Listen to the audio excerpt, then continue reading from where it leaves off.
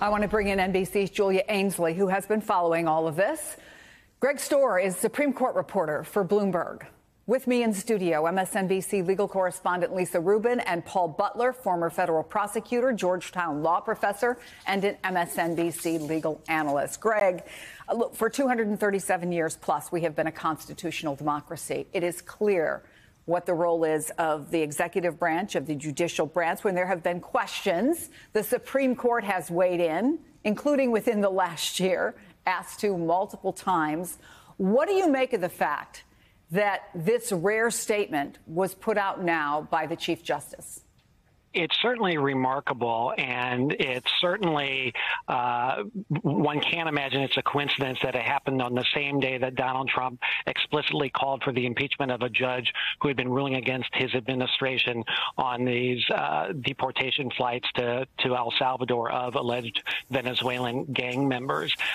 Certainly, the criticism of the judiciary from folks in the Trump administration has been building over the past several weeks. The Chief Justice has so far up until now had been quiet, but it seems that this was a bridge too far for him.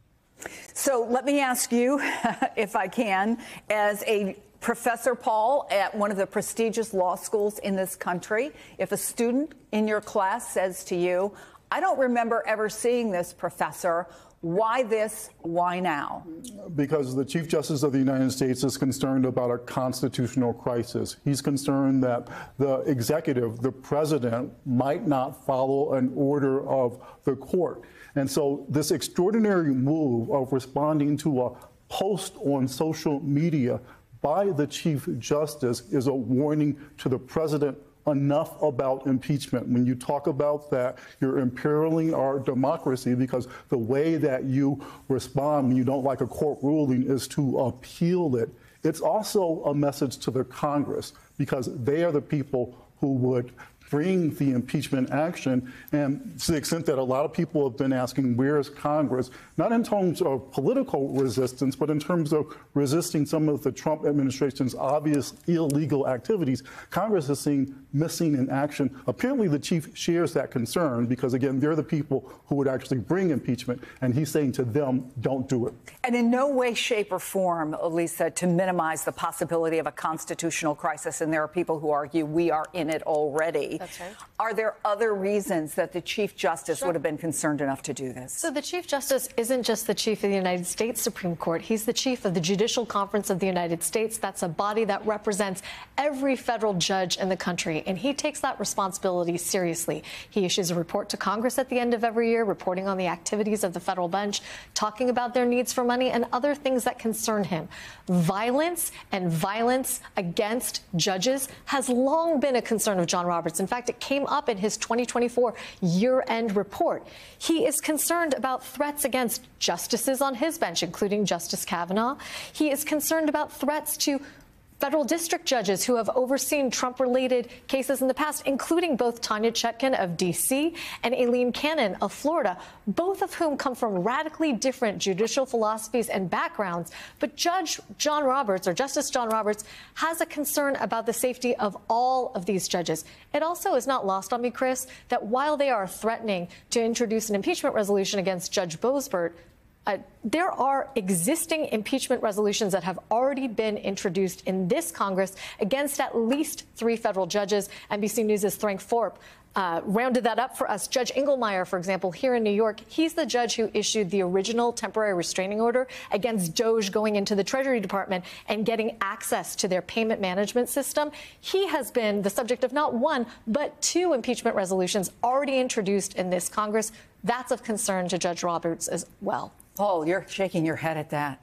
I mean, are we just in a place where it's a free-for-all? It sure looks like that. Again, the question is whether the president will respect a co-equal branch of government. And when you have a Congress that apparently will do whatever the president wants, you don't have that check. Ironically, Chris, here, Trump is actually the moderate, because we have the person who's in charge of Homeland Security saying that he doesn't think that they should have to follow the order of the district judge because it's just one little district judge. That's not not true. And of course, we have the vice president earlier saying, well, the Supreme Court doesn't have an army, so I don't see how it can enforce it. So Trump, right now, including today, is at least saying he will follow the law. And it's a shame that we have to look at that as progress. But in this administration, that's what counts as progress. Greg, for all those reasons, clearly, a decision was made by the Chief Justice. How would he, knowing how the Supreme Court works and having covered him specifically,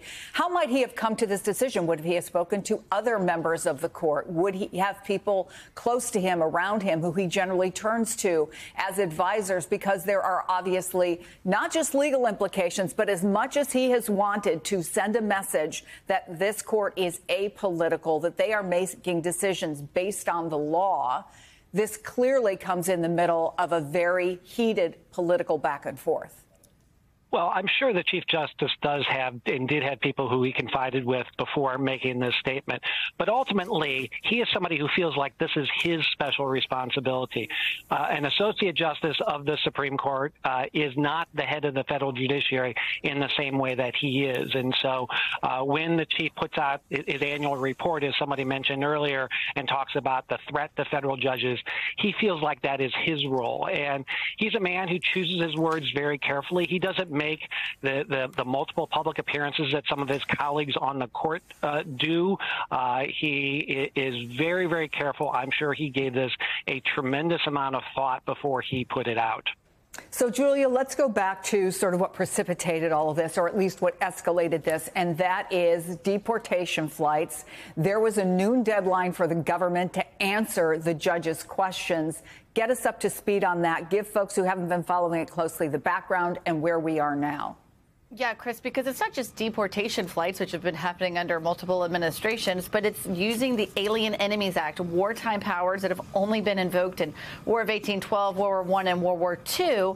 And it was to deport people who didn't have final orders of removal. And the way that Trump invoked that was specifically to focus on a Venezuelan gang called Tren de Aragua, which they have also designated as a foreign terrorist organization just at the beginning of this administration.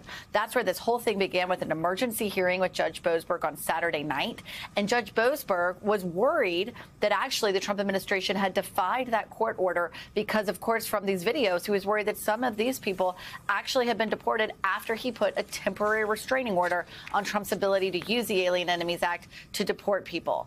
What we now have from the Justice Department is actually pretty surprising, at least it was for me, that they came forward with this information, because just yesterday the Justice Department said they absolutely could not tell Judge Boasberg, even in a closed setting, the answers to some of these basic questions. But now here we have them. I'll tell you one thing they answered is that when Trump signed this order was at 3:53 p.m. Eastern on Saturday, March 15th. That means that there was not a secret order signed on Friday, as we originally thought. They also said that the last plane that departed the United States did so at 7:25 p.m. Of course, that was after the written order, but that they say that plane didn't carry anyone who was deported under the Alien Enemies Act. Rather, they were deportees that did have final orders of removal. Therefore, they're not violating Judge Boasberg's agreement there. We also got a universe of how many people this could potentially apply to outside of those who've already been sent to El Salvador. And the number they gave was 258. That includes people who are in ICE detention now, people who are serving time for crimes committed inside the U.S. justice system and prisons and jails, and then as well as some who they've identified who they believe are at large in the United States. Now, 258 is a pretty small number, considering this gang is something that Trump has been talking about as a threat on the campaign trail. If you can remember Aurora, Colorado, he said they've been taken over by this gang. They think that it is enough of a threat to American national security that they needed to designate them a foreign terrorist organization and invoke the Alien Enemies Act. And so this could be something that the judges could point back to, either Boasberg or those at the appellate level or Supreme Court, and say, this was the universe you gave us. Now, of course, more people could be recruited into a gang. They could find out about more people, but this does lock them in a way, at least to the size and scope of this threat here. Also, they were asked to answer exactly, why they wouldn't give this information. And now that is a moot point, because they've done it in a public way. There's no need for them to do this, claim that it's classified information, or do this behind closed doors with Judge Boasberg. They've actually put out information that they said yesterday they absolutely could not give.